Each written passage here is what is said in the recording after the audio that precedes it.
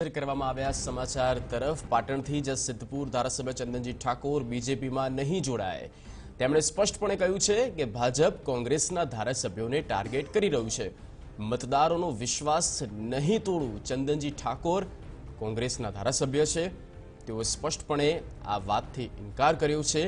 જે વાતો જે ચર્ચાઓ જે અટકળો વહેતી થઈ છે કે ઠાકોર સેનાના અને હાલના કોંગ્રેસના જે ધારાસભ્ય છે તેઓ બીજેપીમાં જોડાય તેવી પ્રબળ શક્યતાઓ છે।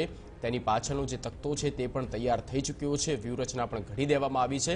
પણ આ તમામ જે બાબતો જે ચર્ચાઓ થઈ રહી છે તેની પર પૂર્ણ વિરામ ચંદનજી ઠાકોરે તો તેમના તરફથી લગાવી દીધું છે।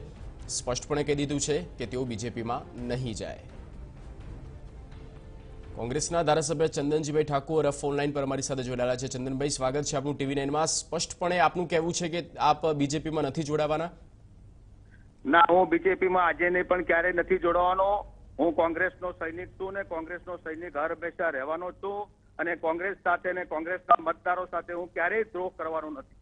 તમારા સાથી એવા અલ્પેશ ઠાકોર બીજેપીમાં જોડાય તેવી પ્રબળ શક્યતાઓ છે સર, એના વિશે આપ શું કહેશો? નહીં, એવા અમને કોઈ સમાચાર છે નહીં। અલ્પેશભાઈ પણ કોંગ્રેસમાં રહેવાના છે, કોંગ્રેસની સાથે રહેવાના છે અને અલ્પેશભાઈ પણ કોંગ્રેસના એક સૈનિક છે અને કોંગ્રેસ એમની સાથે હળી મળીને રહે છે। એવા કોઈ સંજોગો અમને દેખાતા નથી કે અલ્પેશભાઈ ભાજપ જોઈન કરે। એ કોંગ્રેસના જ સૈનિક છે અને કોંગ્રેસમાં જ રહેવાના। ચંદનજીભાઈ, આ વાતો એટલા માટે સામે આવી રહી છે, ખાસ કરીને ઠાકોર સેનાની વાત કરવામાં આવે, ઠાકોર સેનાથી જે બહાર આવેલા હાલના કોંગ્રેસના ધારાસભ્ય છે, આપ હો કે પછી અલ્પેશભાઈ હોય, એ તમામ કોંગ્રેસથી ક્યાંક નારાજ ચાલી રહ્યા છે। ના, એવી કોઈ કોંગ્રેસથી નારાજગી છે નહીં। હાઈકમાન્ડ છે। અલ્પેશભાઈને તો ઉપર દિલ્હીના AICમાં સંગઠનમાં જોઈન કરેલા છે, એમને ધારાસભ્ય પણ બનેલા છે। હાલ એવી અમને પોતાને વ્યક્તિગત રીતે જોડીએ તો અમને એવી કોઈ નારાજગી અલ્પેશભાઈની દેખાઈ રહી નથી। ચંદનજીભાઈ, વાત તો ત્યાં સુધી આવી પહોંચી છે કે મંત્રીમંડળમાં સ્થાન પણ આપવામાં આવી શકે છે। આપ કેવી રીતે કહી શકો? અત્યારે તમને કહું, બીજેપી આખા દેશમાં તમામ ક્ષેત્રે નિષ્ફળ ગઈ છે।